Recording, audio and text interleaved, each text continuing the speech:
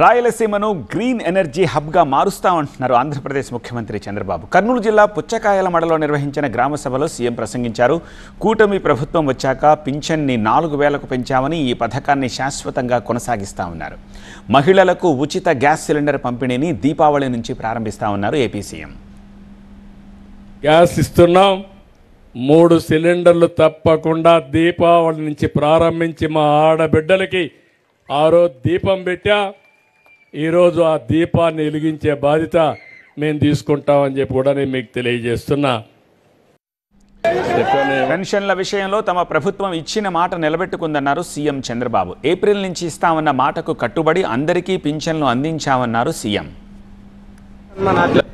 200 నుంచి 2000 రూపాయలు చేసిన ఘనత తెలుగుదేశం పార్టీది 5 సంవత్సరాల్లో. మళ్ళా వచ్చిన ప్రభుత్వం 250, మళ్ళా అప్పుడప్పుడు ఒక 250, కడాన ఇంటికి పోయేటప్పుడు 3000 రూపాయలు చేసి ఇంటికి పోయారు. నేను వస్తానే ఒకే మాట హామీ ఇచ్చాను మీకు, మీ అందరికీ 3000, 4000 చేస్తాను, వికలాంగులది 3000, 6000 రూపాయలు చేస్తాను.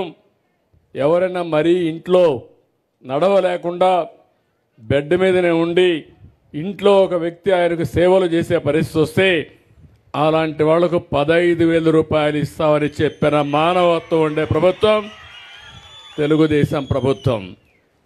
చాలామంది అన్నారు ఇవి వస్తాయా అని. ఏప్రిల్ నుంచి ఇస్తానన్నాను, మీరు చూశారు. ఏప్రిల్లో నేను జూన్లో వచ్చాను. ఏప్రిల్ నుంచి వడ్డీతో సహా మొత్తం 3 నెలలు కలిపి ఒకేసారి 7,000 రూపాయలు పింఛనిచ్చిన పార్టీ తెలుగుదేశం పార్టీ. అక్కడి నుంచి నెలవారీగా ఇస్తూ వస్తున్నాం. ఏపీ ప్రజలు కూటమిపై నమ్మకంతో 21 మంది ఎంపీలను గెలిపించారని, వారే ఇప్పుడు రాష్ట్రానికి సంజీవనిగా ఉన్నారన్నారు ఏపీ సీఎం చంద్రబాబు. ప్రజల నమ్మకాన్ని తమ ప్రభుత్వం నిలబెట్టుకుంటుంది అన్నారు.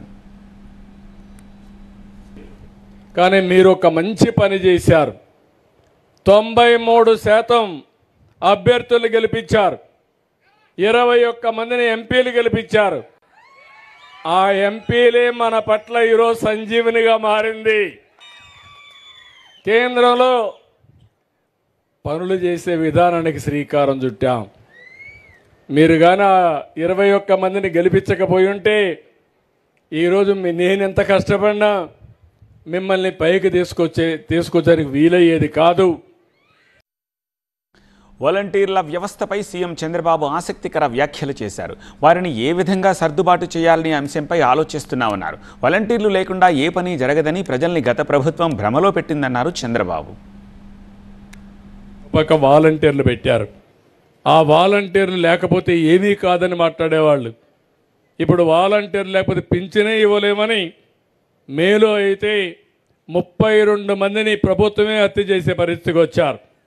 నేనన్నా నాకు అధికారం వస్తే వాలంటీర్లు లేకుండా పింఛన్లు ఎట్టిస్తానో ఇచ్చి చూపిస్తానని ఆ రోజు చెప్పి ఇచ్చి చూపించాను. కానీ ఇప్పుడు వాళ్ళని కూడా ఏం చేయాలని తీసుకుంటాం, ఏం చేయాలని ఆలోచిస్తున్నా. ఏదైనా ప్రతి ఒక్కరికి ఒక రోల్ క్లారిటీ ఇచ్చి మీ జీవితాల్లో వెలుగు తేవడానికి, మీకు అండగా ఉండడానికి ఏ విధంగా ఉండాలనో అది కూడా ఆలోచిస్తాం.